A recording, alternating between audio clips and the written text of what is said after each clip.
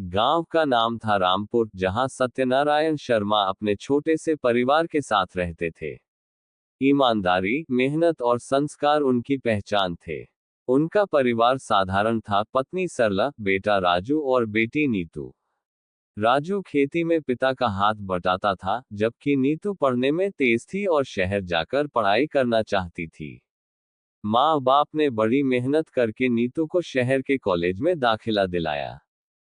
नीतू जब शहर गई, तो पिता ने उसे बहुत भरोसे और उम्मीदों के साथ भेजा। गांव में सब लोग कहते, सत्यनारायण की बेटी जरूर नाम रोशन करेगी। हर महीने वे अपने खेत बेचकर, जमीन गिरवी रखकर नीतू की फीस और जरूरतें पूरी करते रहे। शहर में नीतू का जीवन बदलने लगा। वह नए दोस्तों के साथ घुल मिल गई।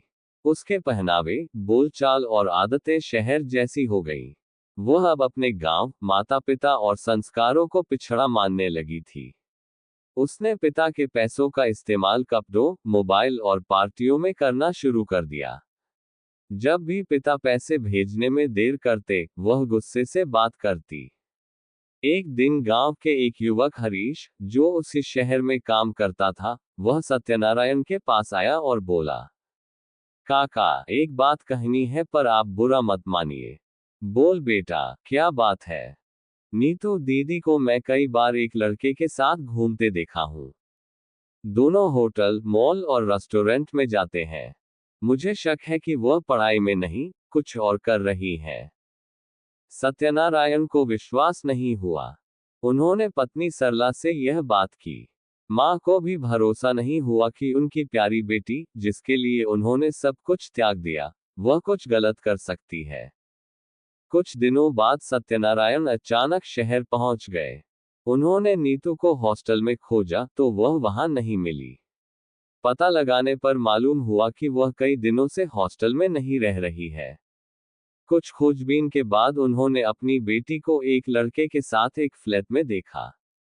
नीतू अपने पिता को देखकर घबरा गई। सत्यनारायण ने गुस्से में पूछा, नीतू, ये सब क्या है? तू हॉस्टल में नहीं, इस लड़के के साथ यहाँ क्या कर रही है? नीतू ने बिना झिझक के जवाब दिया, पापा, मैं अब अपनी जिंदगी अपने तरीके से जीना चाहती हूँ। गांव, आपकी सोच और संस्कार मेरे काम के नहीं। मैं विक्की से प्यार करती हूँ और उसके साथ रहना चाहती हूँ। सत्यनारायण को जैसे सदमा लगा। उन्होंने कांपती आवाज में कहा, बेटी, हमने तो तुम्हें पढ़ाने के लिए सब कुछ लुटा दिया। तुमने तो हमें कभी बताया भी नहीं। तुमने धोखा दिया, न सिर्फ हमें, बल्कि हमारे भरोसे को भी। नीतू ने ठंडे लहजे में कहा, पापा, आप लोगों की दुनिया छोटी है। मैं बड़ी दुनिया में जीना चाहती हूँ। आप मुझे समझ नहीं सकते। सत्यनारायण और सरला भारी मन से गांव लौट आए। उन्होंने यह बात किसी को नहीं बताई, लेकिन उनके चेहरे की उदासी सब कुछ कह रही थी। बेटे राजू ने जब ये सुना, तो वह भी टूट गया। कई महीने बीत गए। नीतू का कोई संपर्क नहीं था। एक दिन नीतू अकेली गांव आई। चेहरे पर चिंता और थकान साफ झलक रही थी। माँ ने रोते हुए उसे गले लगाया, पर पिता दूर खड़े रहे। नीतू बोली, पापा, मैं बहुत बड़ी गलती कर बैठी। विक्की ने मुझे सिर्फ इस्तेमाल किया। अब वो किसी और के साथ है। उसने मेरा सारा पैसा ले लिया और छोड़ दिया।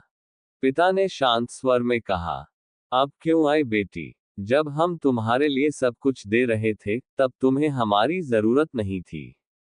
अब जब सब कुछ लुट गया, तो घर की याद आई। ये घर तुम्हारा है, लेकिन विश्वास एक बार टूट जाए, तो जोड़ना आसान नहीं होता। नीतू को अपनी गलती का एहसास हो चुका था। उसने घर में रहकर फिर से पढ़ाई पूरी करने और कुछ अच्छा करने का निश्चय किया। उसने खुद को साबित करने की ठानी। दिन रात मेहनत करके उसने एक स्कूल में शिक्षिका की नौकरी पाली। वर्षों बाद गांव के एक कार्यक्रम में उसे सम्मानित किया गया। मंच पर खड़े होकर उसने कहा, मैंने अपने माता पिता का विश्वास तोड़ा, जिससे मुझे बहुत पछतावा है। लेकिन उन्होंने मुझे फिर से उठने का अवसर दिया। मेरी कहानी उन बेटियों के लिए सबक है जो अपनी आज़ादी के नाम पर अपनों का दिल तोड़ देती हैं। धोखा केवल रिश्तों को नहीं तोड़ता, बल्कि इंसान की आत्मा को भी घायल कर देता है। नीतू की कहानी हमें ये सिखाती है कि आधुनिकता की दौड़ में अपने संस्कार, परिवार और उन लोगों को न भूलें, जिन्होंने हमें खड़ा किया है। माता पिता की ममता भले डांट में छुपी हो, लेकिन उनका प्यार सबसे सच्चा होता है। धोखा देने से पहले यह जरूर सोचें कि जो आपके लिए अपना सब कुछ लुटा सकता है, क्या उसे ठुकराना सही है।